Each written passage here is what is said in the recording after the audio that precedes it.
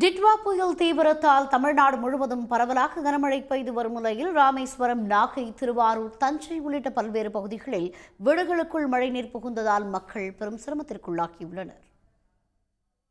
ராமேஸ்வரத்தில் 3 நாட்களாக தொடர்ந்து கனமழை கொட்டி வருவதால் மாந்தோப்பு பகுதி, 6ஆம் நம்பர் பகுதி, வேர்க்கோடு, மருதுபாண்டியர் நகர் உள்ளிட்ட இடங்களில் 200க்கும் மேற்பட்ட வீடுகளில் மழைநீர் தேங்கியுள்ளது. 6ஆம் நம்பர் பகுதியில் உள்ள தர்ம முனீஸ்வரர் கோவிலை மழைநீர் சூழ்ந்துள்ளது.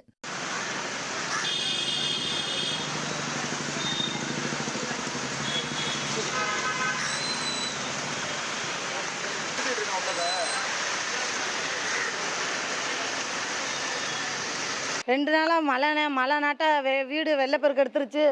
அடுப்புலாம் நனைஞ்சு போயிடுச்சு. சோறாக்க முடியலை, வெளியில் போக முடியலை.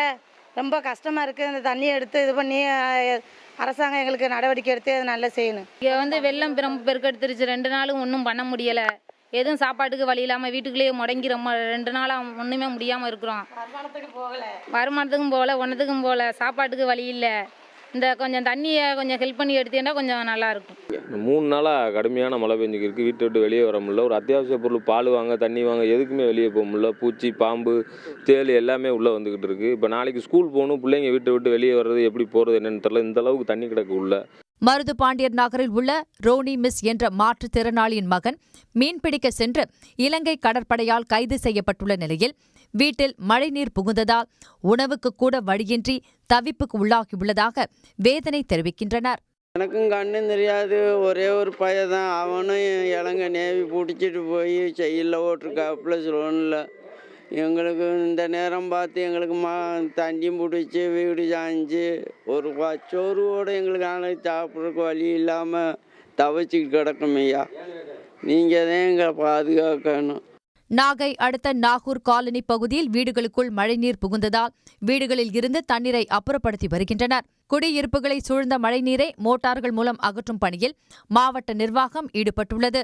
பாதாள சாக்கடை வழியாக தண்ணீர் வடியாததே மழைநீர் தேங்க காரணம் என்று கூறும் மக்கள் அதனை சீர் செய்ய கோரிக்கை விடுத்தனர். இல்லை, நேற்று கலெக்டர்லாம் வந்து பார்த்தாங்க.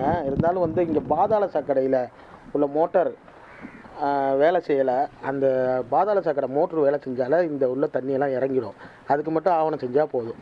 இது கிட்டத்தட்ட ஒரு 10 வருஷமாகவே இப்படி தான் இருக்குது. நரியங்குடி, காடம்பாடி, வேதாரண்யம் உள்ளிட்ட பகுதிகளில் 250க்கும் மேற்பட்ட குடும்பத்தினர் முகாம்களில் தங்க வைக்கப்பட்டுள்ளனர். திருச்செந்தூர் அருகே காயல்பட்டினத்தில் தைக்கா தெரு, சிவன் கோவில் தெரு ஆகிய பகுதிகளில் வீடுகளுக்குள் மழைநீர் புகுந்ததால் மக்கள் சிரமம் அடைந்துள்ளனர். நகராட்சி சார்பாக வீடுகளில் புகுந்த நீரை மோட்டார் மூலம் அப்புறப்படுத்தி வருகின்றனர். முள்ளு செடிகள் இருக்கிறதுனால தண்ணி போகிறதுக்கு இடம் இல்லை. புதுசாக வர இப்போ ஒரு பில்டிங் கட்டிக்கிட்டு இருக்காங்க.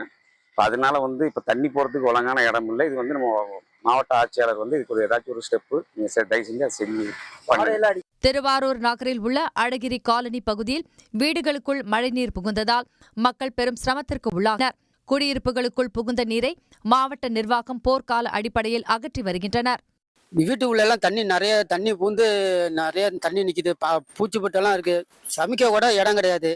வீட்டில் உட்கார்றது கூட இடம் கிடையாது. அவ்வளோ அவஸ்தையாக இருக்குது.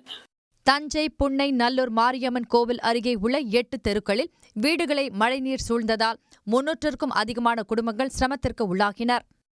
மழைநீர் தேங்கி கொசு தொல்லை, பன்றி, பாம்பு, விஷஜந்துக்கள் மற்றும் இதர தொற்று நோய் ஏற்படும் அபாயம் உள்ளது.